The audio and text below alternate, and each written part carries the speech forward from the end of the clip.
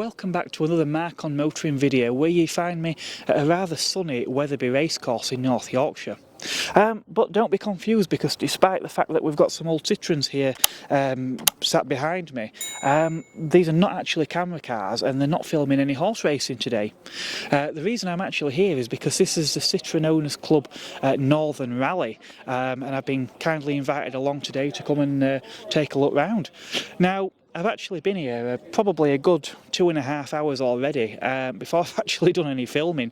This is probably one of the most chilled, laid-back events I've ever come across.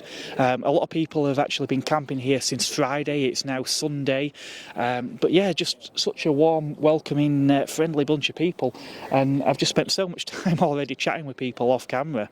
But anyway, down to business. We're going to have a walk around, a look at some of the cars, and hopefully speak to a few of the owners as well.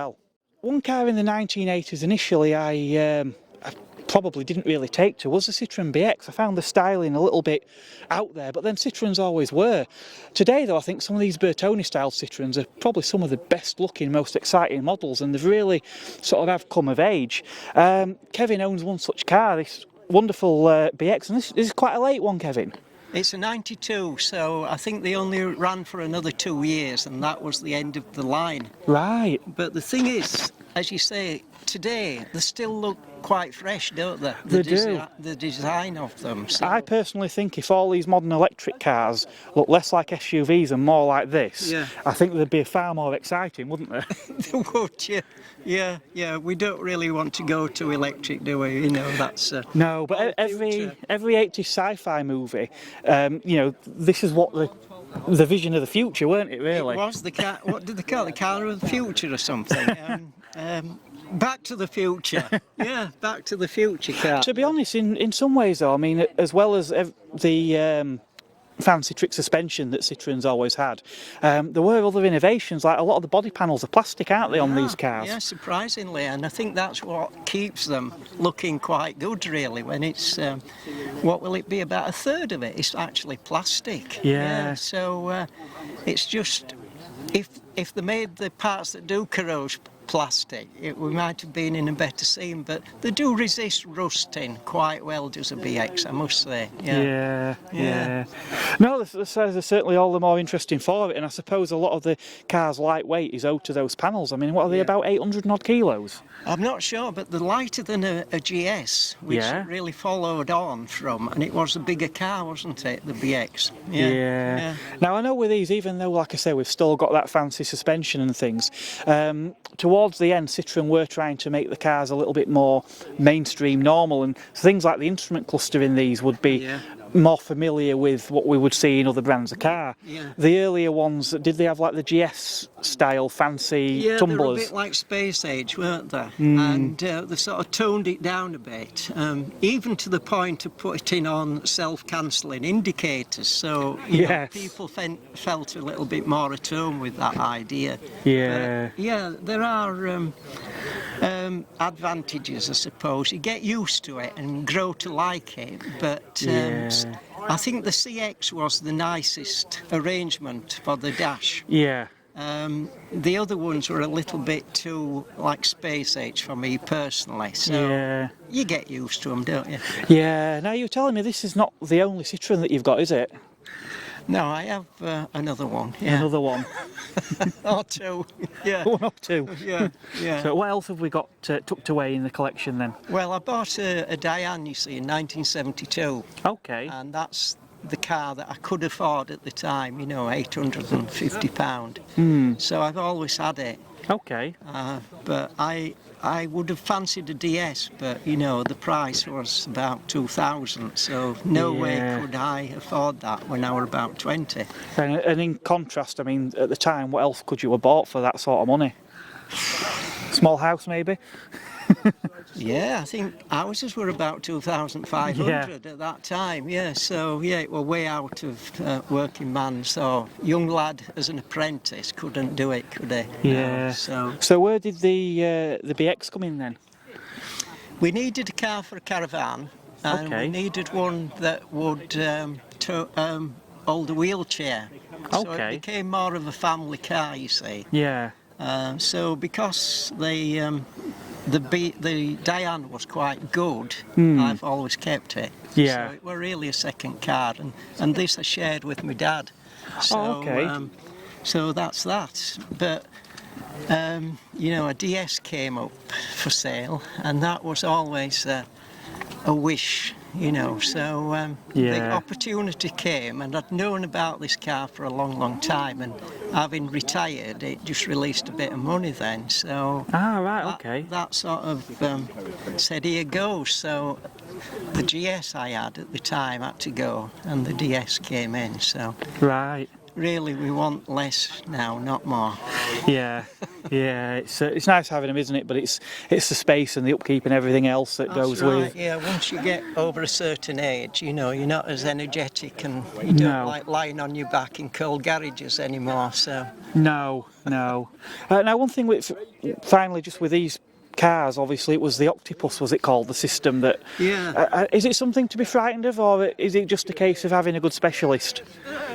It is a thing to be feared because it takes a bit of doing. It's like rewiring a house. Oh, right, okay. And anything at the back of the engine is difficult to get to. So this Octopus, But basically, if you've got one and you can lay it out and see where things are connected, it's just like pulling one old pipe out and threading the other one through. It's just that it's difficult to do, but it is possible. So I suppose rather than a mechanic, it's a plumber you need, is it? With well, you would you qualify if you were a plumber. Once you know your spheres and everything, you'll be okay. Well, that's marvellous. Thank you very much indeed for having a chat with me about this wonderful car. That's been interesting, and I hope that works out okay for you. I'm sure it will do. Thank you very much. Very good. Okay. Well, at any good show, it's always nice to find a spot to take a load off, and I think I found the perfect place because I've come across Tony, and Tony's got this Citroen Ami behind me. Tony's owned this car for an extraordinarily long time. Tony, tell us a little bit about how this car came to be in your possession. Throughout the 60s, I'd always admired the Ami 6. Okay. At the time I had a Morris Minor. Oh, right, okay. I always admired the Ami 6.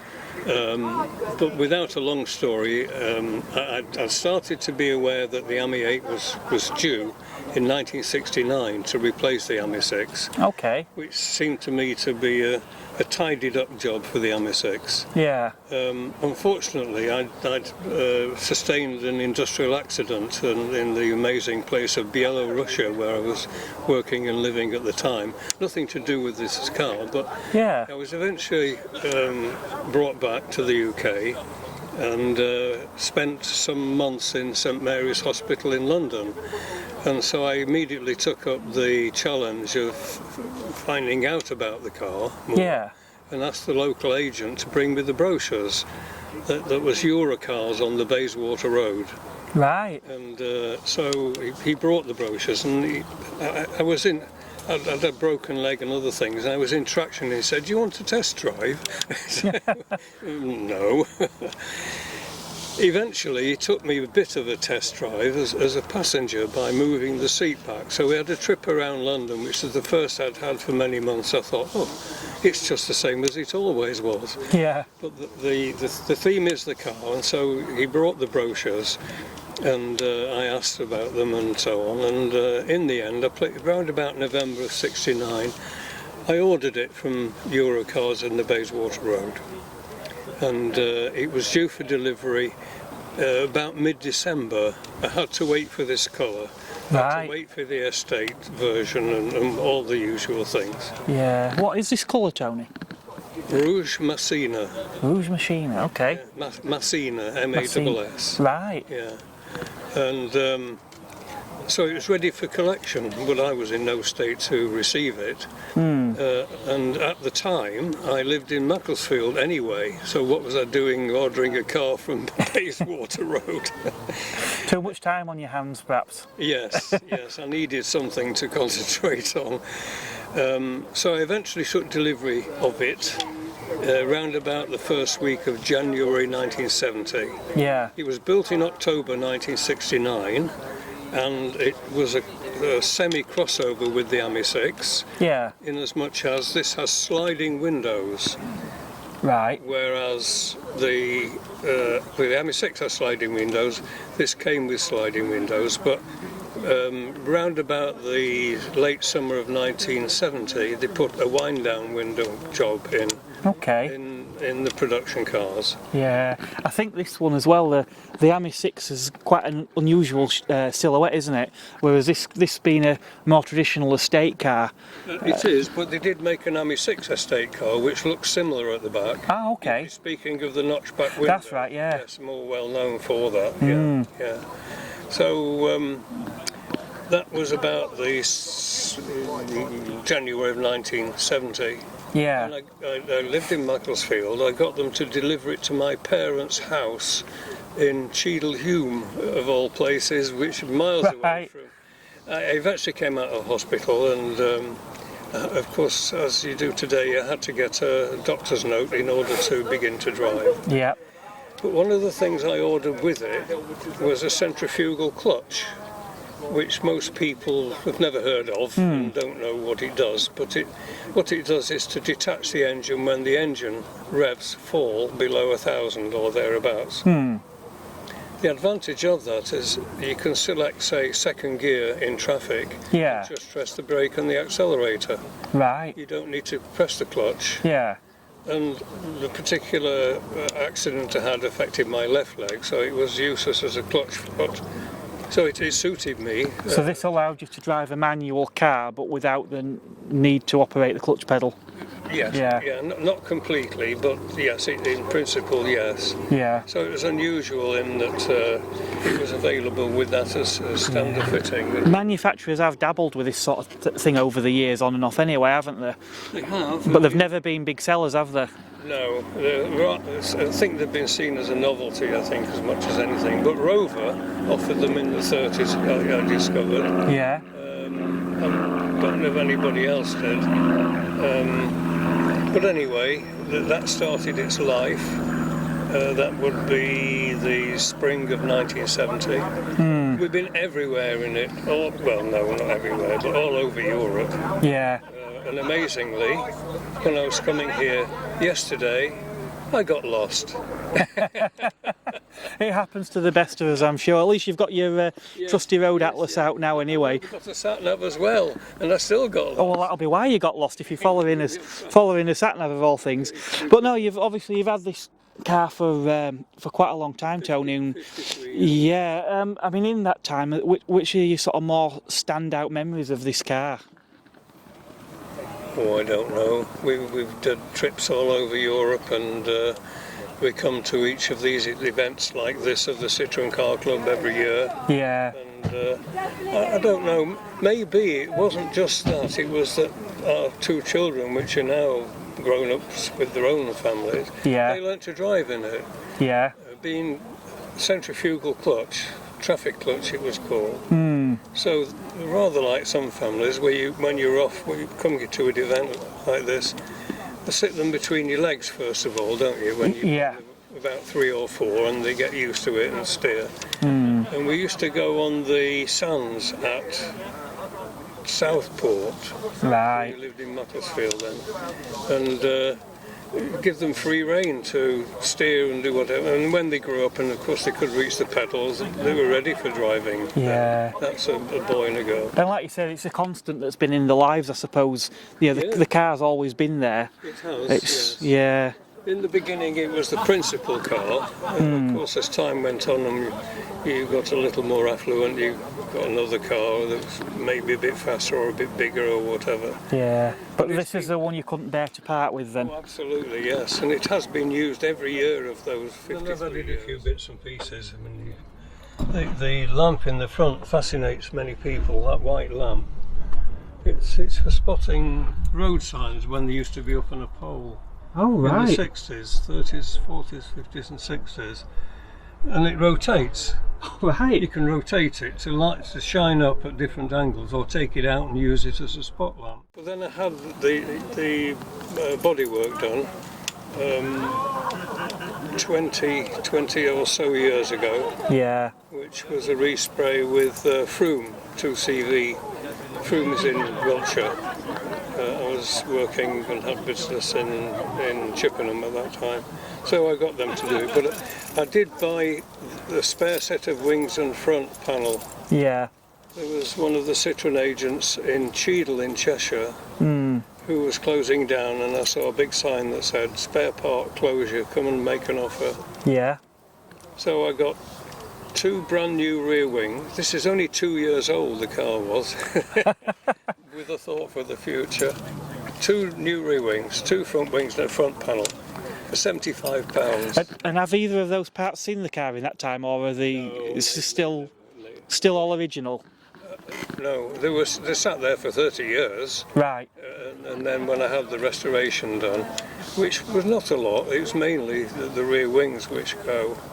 And so I've done about mileage, about 180,000 from new. Oh, blimey. Not on the same engine, the replacement engine. Yeah. And gearbox. I mean, 180,000 mile doesn't sound a lot when you say it's over 50 years, but 180,000 mile on a car that was built that long ago it's quite an achievement, isn't it? It's perhaps considered as a disposable car.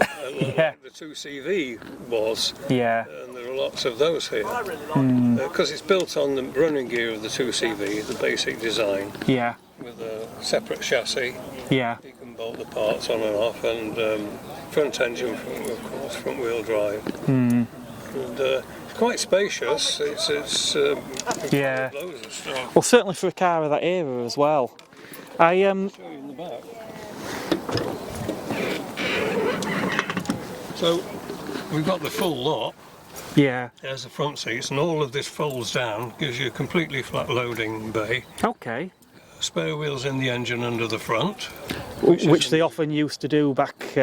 It was an old-fashioned idea. Yeah. Yes. Yeah. And I've opened the bonnet if you want to have a look in the... Yeah, I'll take a look. We'll have a look at that as well. Other thing I noticed, Tony, is that sunroof. Is that something you spec'd when the car was new? No. Well, it was within its first year. I've always had sunroofs anyway. Yeah. Starting with putting one in my Morris Minor myself. Right. Yeah. But then I had a Renault 4 with a double sunroof, which was great. When I went to live abroad, I sold it. But this was fitted in 1970 by a company in the south. Wilson's of Epsom. Wilson's of Epsom, and it's a weather shield sunroof. Right. But they were reluctant to fit it because of the difficulty of getting the front piece to match with those all of ridges, yeah. Because normally the roof is flat. Yeah. Well, that's fascinating. And I've used it, of course, it's original, I've used it for its life. Yeah. Yeah. The car. Well, that's fantastic. Well, thank you very much, Tony. It's been really insightful and interesting, yeah. Very brief rundown on it all. Yeah, thank you very much. So Citroen may have once had a reputation for making cars that was a little bit out there, a little bit wacky, and then it was looking like the madness had stopped, sense had prevailed, the bean counters had got involved, and Citroen was only making sort of very ordinary looking cars. And then they released the Cactus, probably one of the more interesting cars to come out of France in recent years, and Mandy owns one such car. What attracted you to the Cactus? Always liked Citroens. We had a Citroen C5. And when I was coming to buy a new car, I've always loved the Cactus. I always liked the shape, the panels on the side. The air bumps are brilliant, aren't they? These were one of the big things, weren't they, about it? And when I saw them driving around, I thought, I really want one of them. And then when I got to come to get a car, it was either Qashqai or one of these. Yeah. And I sat in the Qashqai, and the dashboard was absolutely awful. And this colour just absolutely stood out for me. Yeah, it is a very unique colour, isn't it? Do you know what this one's called? It's actually just called blue. Oh, right. Believe it or not, but you wouldn't have thought it would, because it's more like a turquoise, isn't it? It is, yeah. Yeah, it is. And it's got the panoramic roof as well, the glass roof. Ah, okay. Blacked out windows. Yeah, are these pop-out windows on the back of it? Those come out. Yeah, I thought they did. Yeah. Because obviously with this model, Citroen did try to keep the car more of a sort of budget model, didn't they? And Yeah, so the things like the pop-out windows. Yeah, and, sort of like took it down a little bit, but... Yeah, because the rear bench seats, they fold, but they don't split, do they? No, they don't split, unfortunately. They do fold, but yeah. But as I say, it is comfy. This has only got 34,000 miles on it. Okay. At the moment, 2015. But it is so comfy to drive. Yeah. I can drive in it and I don't feel tired. Yeah. Whereas some cars you do. And obviously coming from a C5 as well, I mean a C5 would be an extremely comfortable car, wouldn't it? It was, yeah. It was actually too comfy because when I was sat in the passenger seat, I used to get car sick. Oh, right. Because of the suspension. I mean, it was a 2003, you know, but... Yeah. But I can drive in this, and I'm all right as a passenger as well. But I just like the drive, and it sticks to the road. Yeah. I just like it. I really do. And as I say, I'm hoping to keep it for quite a while because I do love the colour. Well, you don't see all that many, do you, really? And No, I you think don't. it's going to be one of those, again, sort of the style of the car. I think it's definitely going to be an interesting car for quite a long time to come. Definitely. I mean, my first choice, believe it or not, was like the mustard colour. Okay. I really liked that, but then I thought if I ever come to sell it, is that kind of a unique personal sort of thing to people? Because this kind of stands out, so... It stands out, but again, it's still probably not really a resale colour, is it? It's a little bit out it's there. a little bit out there, that's what I like. Obviously, I notice you've got the black air bumps, which the majority of the ones I've seen have got the black, but they obviously did other colours of air bumps, didn't they, as well? I've seen some. I've seen like a beige colour car with like beige or like light beige. I think there was like a baby blue as well, weren't there? Yeah, like a pale blue, and I've seen a couple, like you say, out there. But this, as I say, this just like all the black and the blacked out windows. It's just absolutely perfect. I love it, and I've just bought some roof bars as well for it because we've just been on holiday, so it's had a roof box on it as well. And that towed absolutely, towed, but that went okay. Yeah. And I'm getting about 45 to the gallon petrol. Yeah. So it's not bad. It's not brilliant, but I've heard a few say that the Cactuses aren't brilliant on fuel. Okay. But yeah, I'm getting about 45, so I think that's reasonably respectable. Yeah, definitely. It is. Yeah, definitely. Right, well, that's fantastic. Thanks very much for taking the time to have a chat. As I say, people always say to me, "Oh, I love the colour of your car." I said, "I know." It's quite funny as well because where I live, 2 doors down, and the next one have all got white cars. Right. And mine sat there like that, it just stands out like, and at least you can see it in a car park. Well, yeah, everyone knows it's you that's coming. Yeah, exactly. Yeah, definitely. Well, that's brilliant, thank you very much. All right, thank you. If you're into your Citroen Cactus, you might want to check out Davey at Scottish Car Enthusiasts and Trains TV. He's got a silver one of these, again with the black air bumps. I think his is a base spec car, but he's put some alloys on, and he's put like a proper roof rack on as well, which actually suits the car really well. So yeah, by all means, do check that out as well. Of course, it's not just cars here today. Behind me, we've got an extensive range of auto jumble as well. It really is quite a chilled, laid-back event, is this one, and there's, as I say, lots of people around chatting, as I say, collecting parts for cars and various other things going on here today. Now this lovely little Saxo here is the recent acquisition of Ben, a long-time Citroen fan. These are probably one of the most significant cars, I think, of the late 1990s and early 2000s.